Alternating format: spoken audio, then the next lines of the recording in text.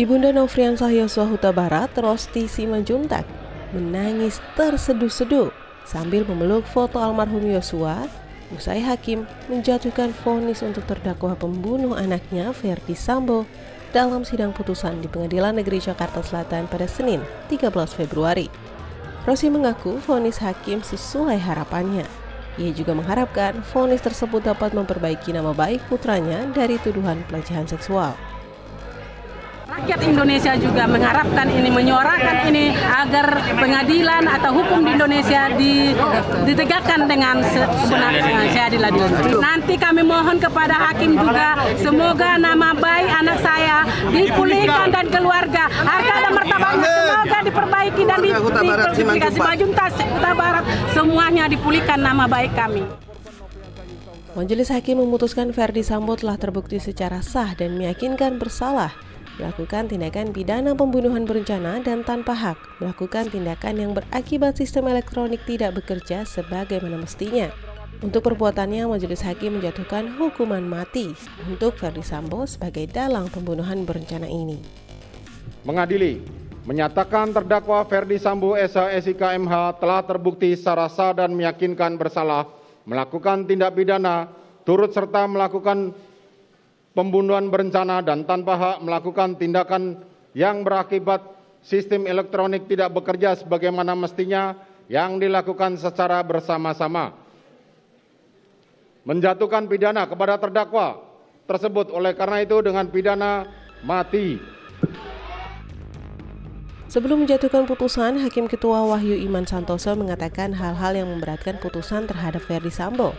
Di antaranya adalah merencanakan pembunuhan terhadap ajudannya sendiri yang telah mengabdi selama kurang lebih 3 tahun. Perbuatan terdakwa juga telah menyebabkan luka yang mendalam bagi keluarga Yosua dan mengakibatkan keresahan dan kegaduhan yang meluas di masyarakat. Pembunuhan terhadap Yosua juga dinilai tidak sepantasnya dilakukan oleh Ferdi Sambo dalam kedudukannya sebagai aparat penegak hukum dan pejabat utama Polri, yaitu Kepala Divisi Profesi dan Pengamanan Polri. Perbuatan terdakwa telah mencoreng institusi Polri di mata Indonesia dan dunia. Perbuatan Sambo telah menyebabkan banyaknya anggota Polri terlibat. Sambo juga dinilai berbelit-belit dalam memberikan keterangan di persidangan dan tidak mengakui perbuatannya. Sementara itu, Hakim Wahyu mengatakan tidak ada hal yang meringankan putusan Ferdi Sambo. Dalam sidang vonis yang dimulai pukul 10 pagi tersebut, Majelis Hakim menilai beberapa poin yang tidak bersesuaian dengan fakta persidangan. Pertama, Hakim menilai motif pelecehan seksual yang dijadikan alibi oleh Sambo selama persidangan berlangsung tidak dapat dibuktikan. Hakim mengatakan tidak ada bukti pendukung yang menyatakan adanya tindakan pelecehan seksual yang dilakukan Yosua terhadap Putri Chandrawati seperti yang digambarkan Ferdi Sambo.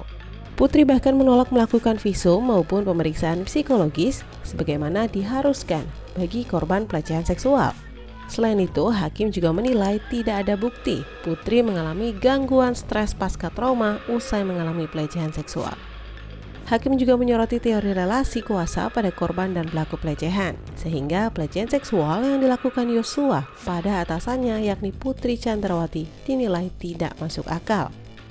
Seolah-olah kekerasan seksual merupakan tindakan pembenaran atas perbuatan yang dilakukan oleh para terdakwa terhadap almarhum Nofriansah Yosua Huta Barat.